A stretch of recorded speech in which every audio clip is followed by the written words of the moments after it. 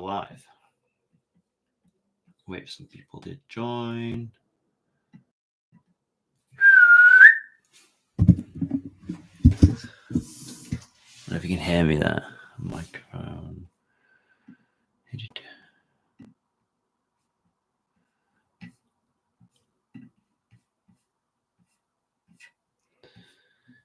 Just wait for some people to join.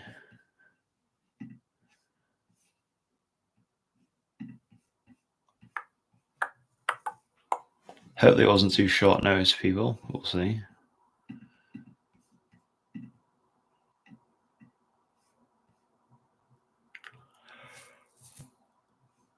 Oh.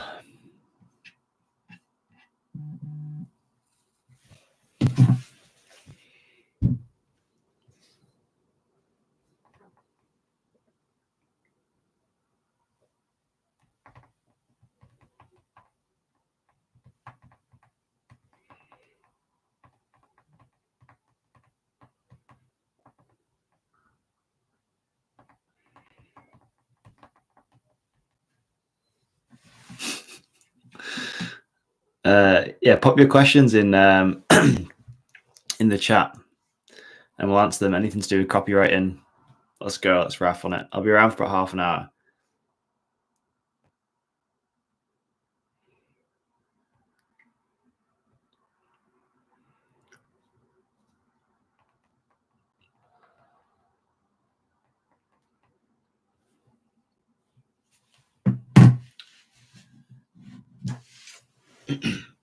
Hello, Rowan. So I'm just going to go live now. Well, we are live.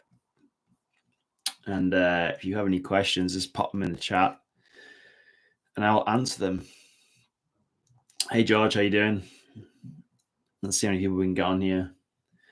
And if you give this video a like or a heart or something, that would be much appreciated because it will hopefully share it to more people so we get more people on this. I think you can press like button somewhere. So people are joining now, which is good. I think there's 4 people on so far. Any questions on copywriting though, fire away, or even just online business in general, anything. Hey Tyron, how you doing? How are you guys doing? I'm currently sat in my little office. I've been pretty quiet the last few weeks on here because, well, not quiet, but I've just been all over. So it's been quite hard to stay in one place and do like loads of productive work. But we've been getting stuff done. 6 people on now. Cool. Let's see if we can get some more people on. All right, we'll start answering these questions anyway. Hey Vikram, how you doing?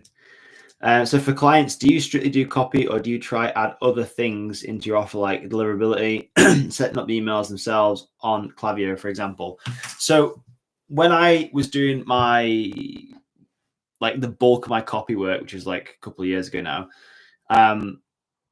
I actually just wrote copy. So I would deliver copy in a Google Doc. I would never do any setup on Klaviyo. I would never offer any extra things. It would just be, here's the copy. And I would offer different things in relation to copy. So I would do different types of copywriting for a client.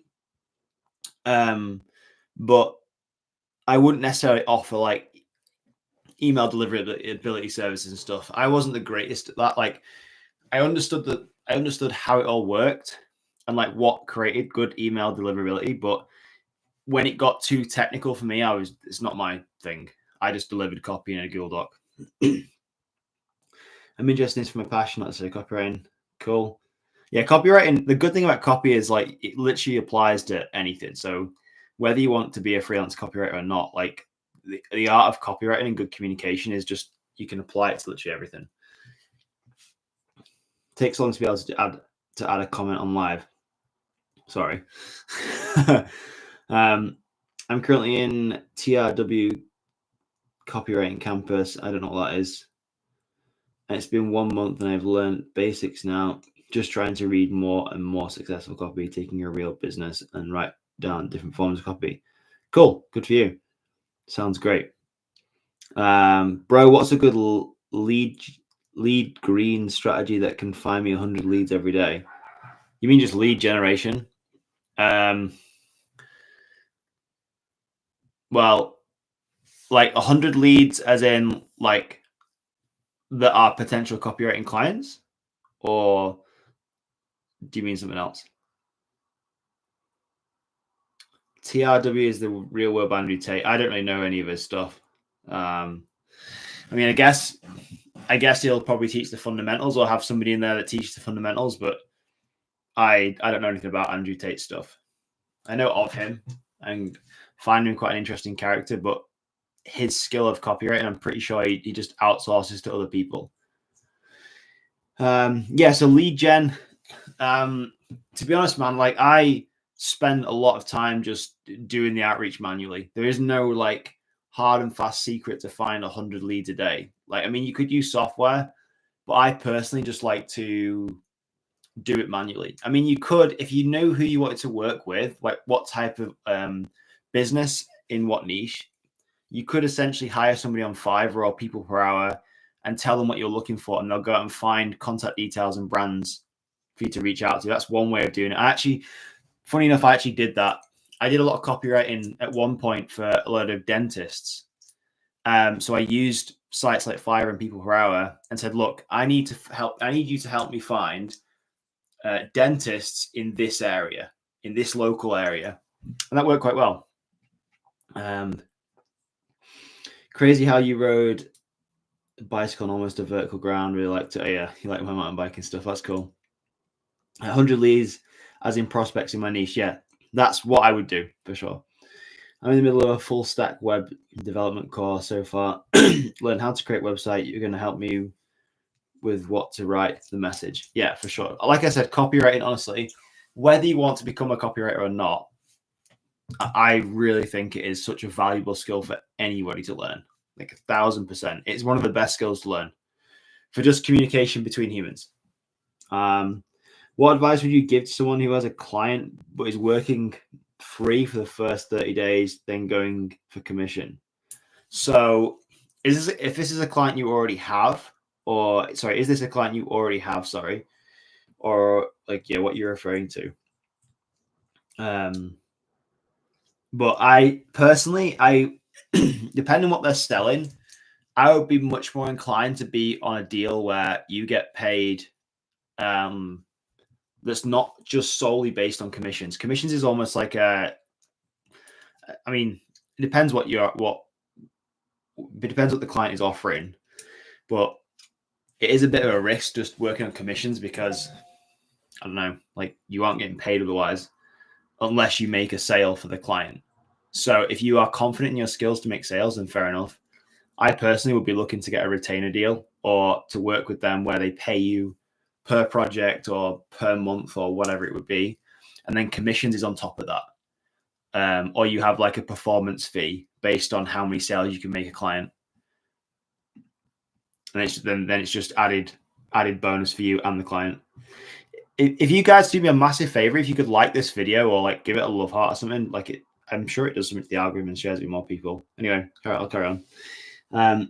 If you have the money, run ads or do organic. I have never ran ads. If you're talking from a standpoint of trying to find clients, I've never ran ads. I just do all organic. Yeah. If you're just starting as a copywriter anyway, I won't bother doing ads. It's a waste of money. I can think with that's a funny question, actually. If you are trying to think about using ads to get clients, it brings up quite an interesting thought because I'm wondering, like, why do you want to use ads? And it immediately makes me go to, okay, this person is looking to try and avoid doing the hard work. So the hard work is reaching out to clients daily, just like manually finding them, personally messaging them, figuring out what they what they're about, and writing something personal to them. So people are trying to like miss that step out and just try and have something that magically makes them clients. Like, I don't think it works like that. At least it hasn't for me anyway. I'm pretty sure you said coaches or people selling courses are your preferred clients. What does your offer look like for them? For example, 3 emails a week that are sales focused, etc. I guess it's been different for every client.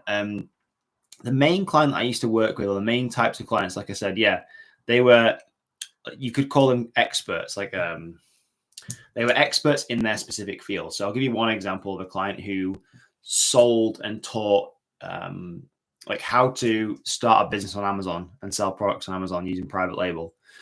So I did all their email marketing for clients and people who were not clients, so prospects.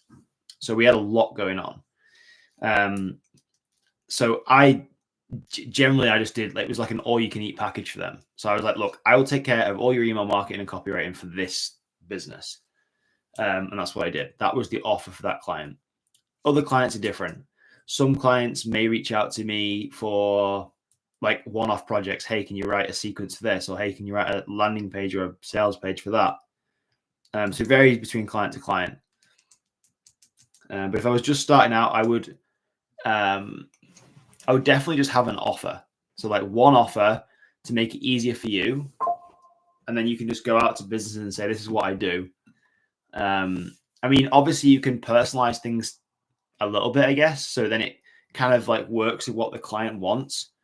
But I would try, if you can, keep it pretty systematized and like similar across all your clients, and it's less confusing. But you could also do different types of copywriting for different clients if you wanted to. But in my brain, that's hard to get my head around. Like, it's not hard to get around, but like it's just added stress for me personally. That's why I always just stick to email marketing or doing emails to people. That's me personally. However, like you could literally do any type of copywriting. Where are we at now? Lost where we're at.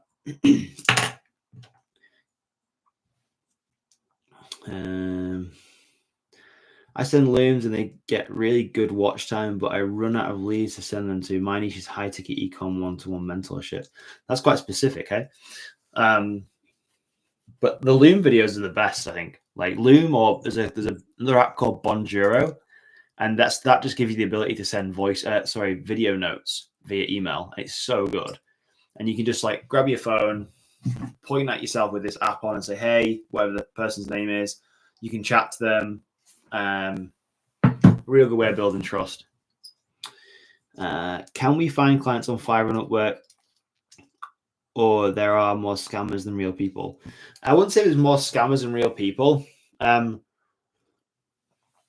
definitely clients on there, right? My thing with Fiverr and Upwork, yes, if you're just starting out, it can be a great way to get your reps in, right? Because you have a nearly unlimited amount of people on Fiverr trying to find services and freelancers for specific jobs.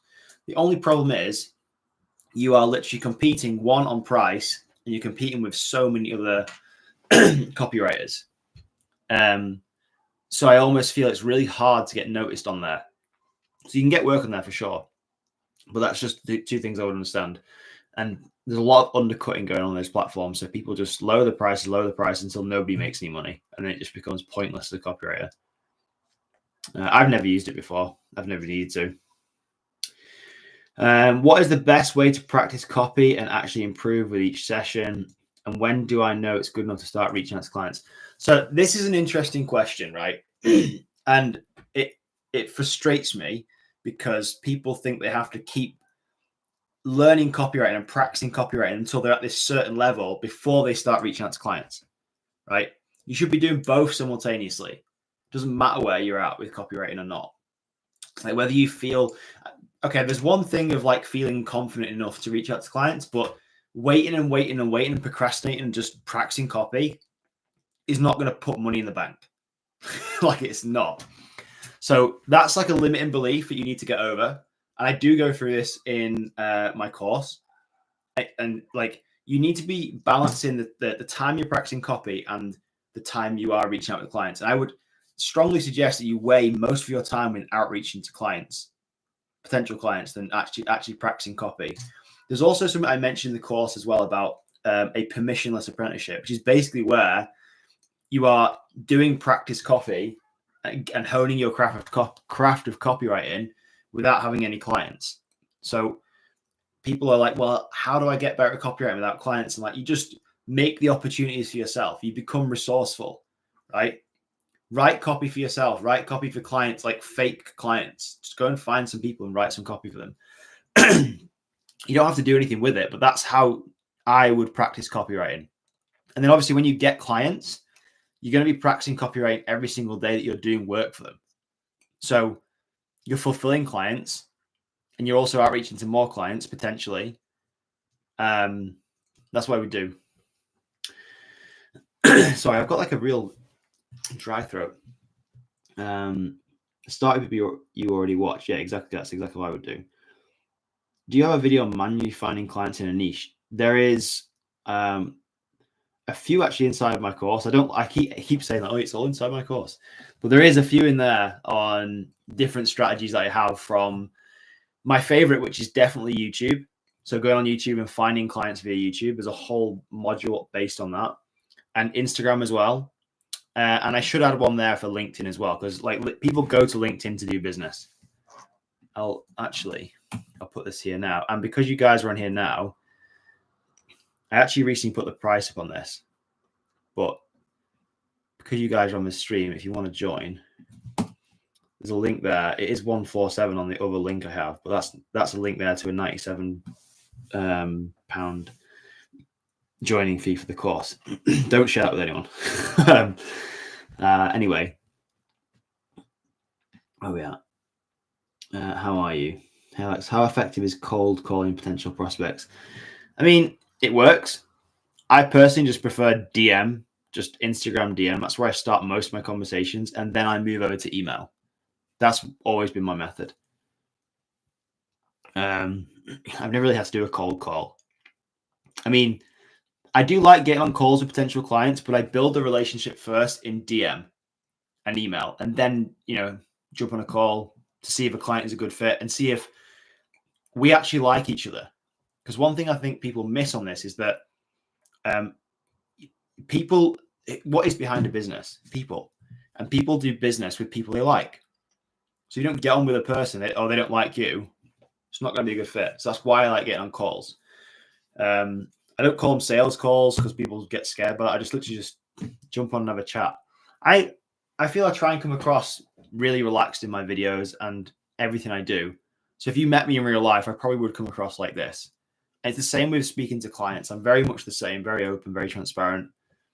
That's how I like to come across. Is one page site good portfolio account, or do I need to make like whole landing page inspired stuff to explain myself more? I've always used just one page landing pages with Card, which is, I think the website's called card.co with a double R. You can find I'll put a link in there for you guys. And it's like $19 for the year. And you can create unlimited landing pages. It's the best. They look really cool. Don't worry too much about your portfolio. You could create a portfolio of your work in a Google folder. Don't need to overthink that. Email outreach or Instagram outreach. For me, Instagram or YouTube. For most clients, are you working with a graphic designer to create emails, or are they mainly just written emails with no graphics? Yeah, they're just mainly written emails with no graphics. If you wanted to do more email marketing in the e-commerce space or retail space, they generally would have a design element to them. So if any of you guys are signed up to any email lists that are for retail, fashion, whatever, you'll generally see that the emails are very nicely created, which is kind of cool, and you kind of need that for e-commerce. But for the types of emails that I was writing for online courses and online education, basically, it was just basically text. Like there wasn't really any graphics or images, and if there was, it wasn't really to a point where it was that of much of a necessity. So I could just plug the images in. They didn't need a graphic designer. But it's just one thing to bear in mind if you wanted to do copywriting in e-commerce. Design is quite critical. You don't have to be a good designer. You could outsource it to somebody else, or it's just a thing to think about. What do you think is the most profitable form of copywriting? Email marketing or something else? For me, it's been email marketing. I mean, if you look at the stats on where a lot of money is made, I can't remember the stat off the top of my head because I'll just butcher it. But I have read stats of like email open rates, email conversion rates are through the roof. Everyone's checking email still. It's not dying. People said it was dying at one point. I mean, landing pages or sales pages are also profitable if you can get them to convert, or what, if you can optimize them for a client. Are fitness and health coaches who sell course a profitable niche? I mean, I guess so. Massive niche, huge. Alex, do you think it's fair to charge $500 for ghostwriting Twitter posts? Yeah, it's probably way too cheap. In fact, this is an interesting one. Talking about pricing, right? So I just said that $500 for ghostwriting Twitter posts was cheap. And for me, it is cheap, right? Because my money thermostat might be different to yours. So when I first started copywriting, I remember I wrote a sales page. I think my first sales page I made for like £250, right?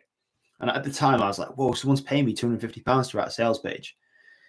Looking back now, it sounds crazy. Like I would never dream of charging that little for a sales page. But what I have learned over the years is that your money thermostat and what you feel is comfortable, what is cheap, what is expensive, high ticket, low ticket, changes all the time. And that's where your confidence comes from as well, with you charging for copywriting services. So right now, you charging $500 for some ghostwriting Twitter posts could be quite hard for you. That could be quite a challenge, which is fine. But over time, I would definitely look to increase that and just keep pushing that higher and higher and higher until maybe you face resistance from a client, right? The one thing I've realized, like if you pitch a client, sometimes if you're too cheap, they won't take you seriously. Cheap clients are an absolute nightmare. So that's something to bear in mind. The ones who pay the least ask for the most, and they are an absolute pain in the ass. Whereas the ones who pay the most ask for the least. And you're getting paid more, less stress, more fun. Yeah. But I would look to increase that over time. And that comes with confidence. The more you do, the more you realize how much you're worth. And then you kind of get to a point where you accept no less than whatever the number is. And then that just keeps going up and up and up.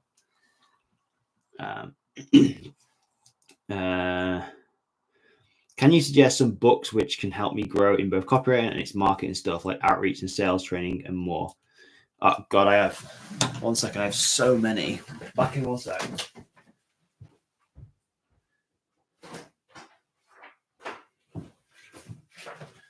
So I have these are just a few I had on the side. This is quite cool. This is called Convert by Frank Kern. A simple little formula that sold $50 million worth of products and services online. That's cool. I have all these real old school books that teach me stuff. And it's all still applicable now. That's a cool book. This is also a course, part of a book from a guy called Scott Haynes. Can you see that? This is pretty thick. Let me see, it's hard for me to show you, but I have literally, maybe I should show you downstairs sometime, but I literally have a bookshelf full of copywriting courses. I've spent an absolute ton on my own education, which is why I think it's important for you guys to do the same. Investing in yourself. Alex Hormozy is a good dude to look at now. It's hard for me to recommend different books and stuff because there's so many of them that I've studied. But right now, I'm at the point where I'm right, I'm only going to listen to these few people. And Alex Hormozy is one of them. So anything to do with business, copywriting, marketing, he is an absolute boss. Is there a community for 0 to paid? I have a community which is on School. It just hasn't been actually that active the last few weeks because I've been away, which I'm actually feel quite bad about because there's probably some people in here that are in that group or were in that group maybe. And it's just $30 a month. And the idea was for me to be able to critique people's copy in there and things like that and just offer accountability. Does your course come with community or receive feedback or copy? Yes, the same question.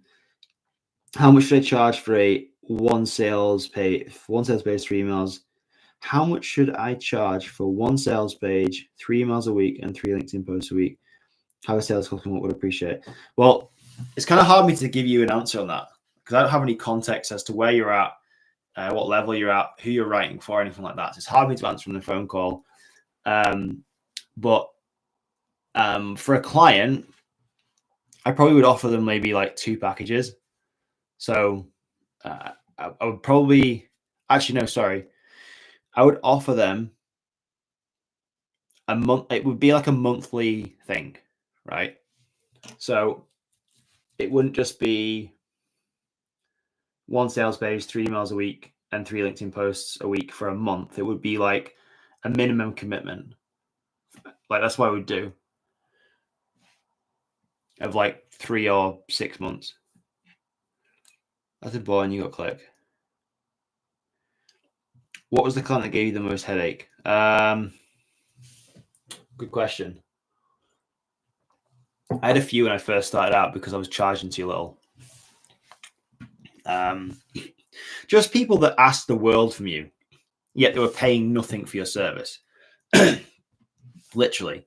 They would ask for little changes, they would ask for things to be rewritten, and they didn't deserve it because they weren't paying the money for it. What do your days look like as a copywriter? How many hours are you working? Like I do a lot less copywriting now than I used to. I still do copywriting for some clients, but it's more of a consulting role. So I'll help people like strategize email marketing or strategize different parts of their business in copywriting. Whereas it used to be my schedule was very, very much the same every day. So I would wake up at like super early. I used to be like I still am an early bird. I would wake up at like, I don't know, 6, maybe even earlier. Go to the coffee shop, which usually was a Starbucks near me. I love Starbucks because like of the open space in there. I hate the coffee. The coffee's shocking, but the open space and the feeling of the space that I had was the best working environment for me. So I used to go in there and I would do 2-hour work blocks. So I would do 2 hours of focused work that was split into half an hour segments. So half an hour of focused work, no distractions, 10-minute break, half an hour, 4 times. After 2 hours of focused work, my brain was fried. So I went and had a break, went for a walk, and then came back, did the same again.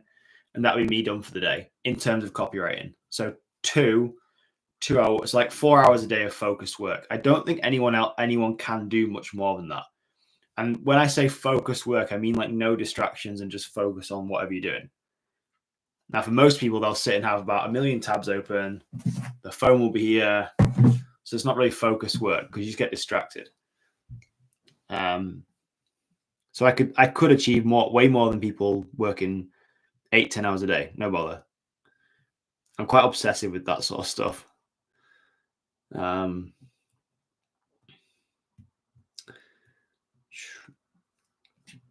do you think of Andrew Tate's marketing? I actually know nothing about his marketing from a standpoint of like what he's selling.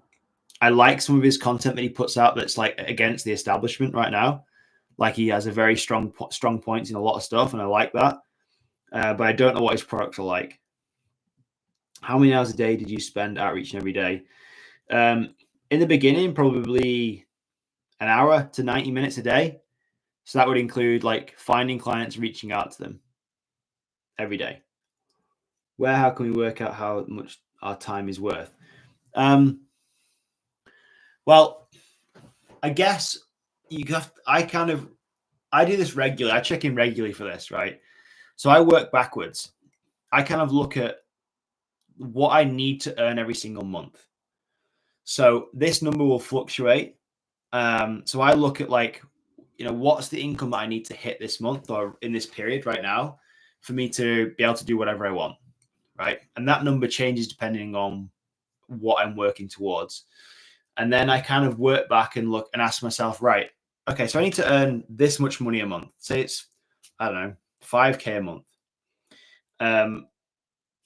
Then I work back and say, well, okay, how many hours a week do I want to work? Okay. And then I work back again and say, how many hours a day do I want to work? And you can kind of base your hourly rate on that, a rough hourly rate. And you can work out how much your time is worth through that. And if it's anything less than, say, for example, you figure out your time is worth £100 an hour as a copywriter or whatever it is. Generally, if there's enough opportunity on the table, I will outsource anything that's less than £100 an hour because it's not worth my time. Like, this is the reason I got a cleaner for my house and stuff, which sounds really simple. My house isn't really that messy, but to be able to come home to my house every week and it's like hotel clean takes so much stress off my plate, and it means I can actually focus on what I'm doing, like, more. So it's a win-win for me. That's how I think about things. How did you learn copywriting? Did you do any paid course or any mentorship programs? I've put so much money into my own education in anything. Like, I just get obsessed with things. Copywriting for me was like the stepping stone that I took to go from like my old 9-to-5 job to this online world everyone lives in now. And I invested in mentors, courses, whatever. Masterminds. I was part of some masterminds as well, which was really helpful because you learn a lot from other people. And believe it or not, a lot of my clients came from these masterminds. So not only are you learning copy and becoming a better writer, you're also getting access to opportunity. So I'll give you an example, right? A lot of people who want copywriting clients do the completely wrong thing, right? They'll go and try and surround themselves with other copywriters, which is ridiculous. So they'll go into all these copywriting groups or events, and they're just full of the same people, copywriters. So I remember a mentor telling me a story, right? And they set up a copywriting business, and it was all about they did copywriting for supplement businesses. That's all they did. That was their focus, their niche. And they attended supplement events. And guess who was the only copywriter at those events? Those two people. And they just mopped up with opportunities of clients because they were going where the fish were, or they were going where the clients were. So you can apply that skill set to anything online or offline. Go where your clients are. If you want to work with people who sell online courses, go and find communities that are based on that. It's just logical, but people don't think logically.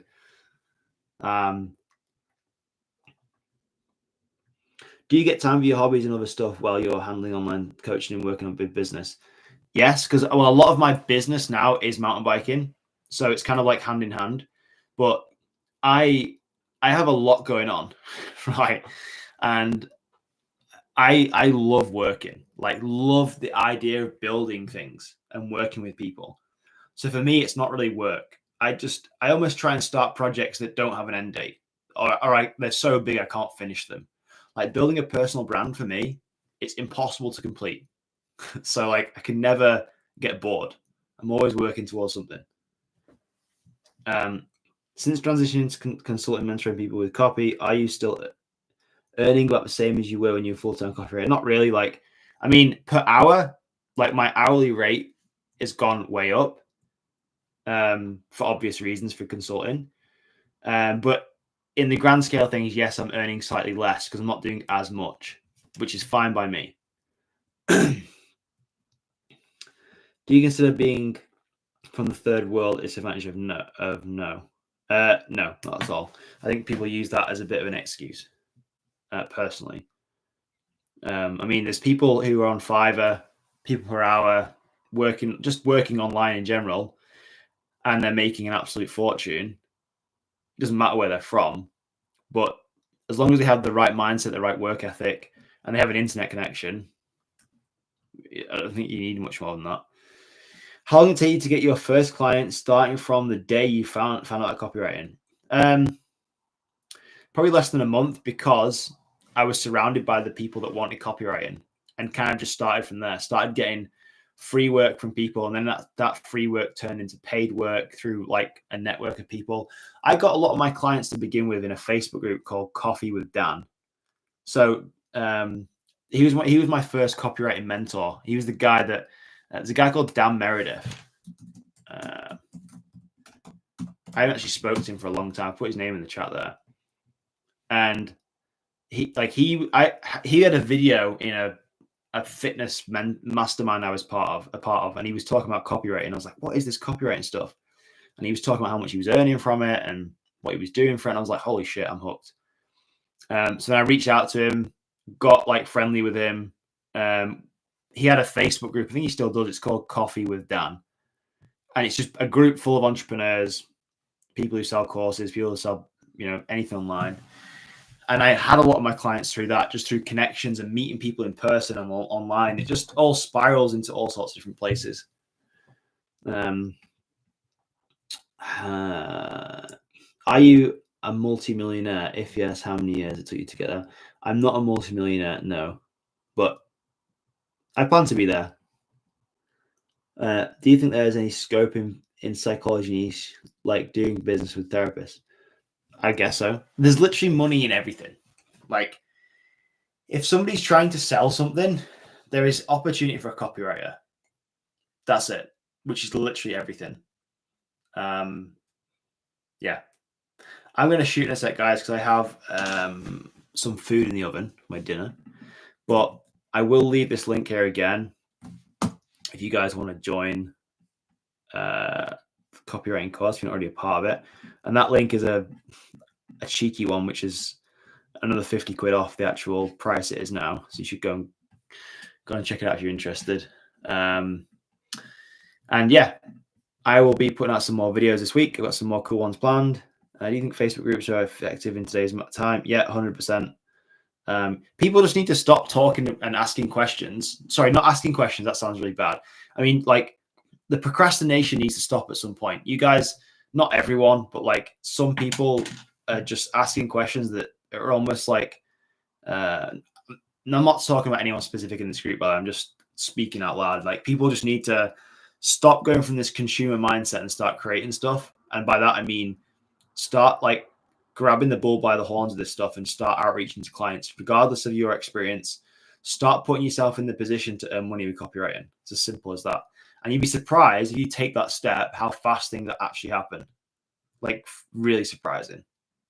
Do you think Facebook groups? Yeah. Do you think the real estate niche is a good? Yeah, real estate is cool as well. There's money in every niche.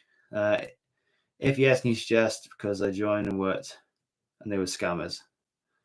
Well, maybe you're in the wrong Facebook groups then, because the ones I've joined are pretty decent. Great to have a community group for Z to P to like-minded people. I mean, I suppose the school community was for that. I mean, I could create a community alongside it, but it probably wouldn't be something I would be actively involved in. But maybe I could add something to it. Right, I'm going to get some food anyway. It's been great chatting with you guys, and I will see you, I don't know, somewhere.